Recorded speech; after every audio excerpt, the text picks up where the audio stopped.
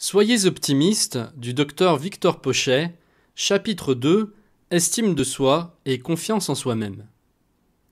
J'ai la foi, je suis sûr de ce que je dois faire. Je n'ai pas besoin d'espérer pour entreprendre, ni de réussir pour persévérer. Pour être estimé des autres, commence par pouvoir t'estimer toi-même. L'estime de soi est le contraire de ce qu'on peut appeler l'approbativité, d'où naissent l'orgueil, la vanité, la crainte du qu'en dira-t-on. Celui qui doute de lui-même arrête en lui tout élan et toute activité. Celui qui ne sait pas se dire « cela je peux le faire, je le ferai », celui-là se livre pieds et poings liés à l'impuissance.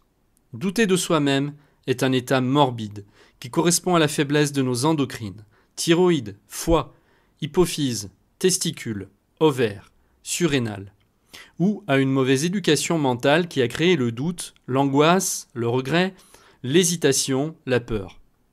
Il faut commencer par ne point se juger inférieur aux autres. Les autres, ceux du moins que vous voyez aux places privilégiées et qui vous semblent supérieurs à vous, n'y sont pas arrivés sans effort. Soyez votre propre maître, ne comptez que sur vous-même. La situation est la synthèse des actes passés, c'est l'échéance du travail personnel. Ils ont eu confiance en eux, et à partir du jour où ils ont voulu obtenir une situation enviable, ils ont tout mis en œuvre vers ce but. Ils ont cru en leur étoile, ils ont eu la foi. Croire en votre propre pensée, croire que ce qui est vrai pour vous au fond de votre cœur est vrai pour tous, voilà le génie. Dites votre conviction secrète et elle deviendra l'opinion universelle. Le temps transforme les choses intérieures et les rend extérieures, et votre première pensée vous est renvoyée par les trompettes du jugement dernier. Emerson. Ne perdez jamais de vue cette idée. Vous seul pouvez réaliser l'homme qui est en vous. Ce ne sont pas les conseils des autres qui vous aideront. Vous seul savez ce que vous êtes en puissance. Dites-moi, ami, qui vous réalisera si vous doutez de vous-même.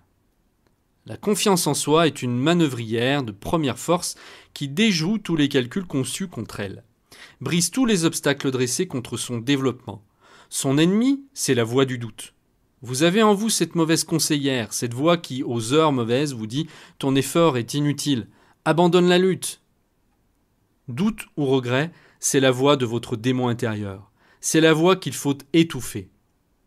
Aie la foi. Il faut croire en ton étoile et te dire que tu possèdes en toi les qualités qui permettent de réaliser ton œuvre. Sois ton propre maître, ne compte que sur toi-même, voilà la première vertu. Recherchez la vraie noblesse de l'âme.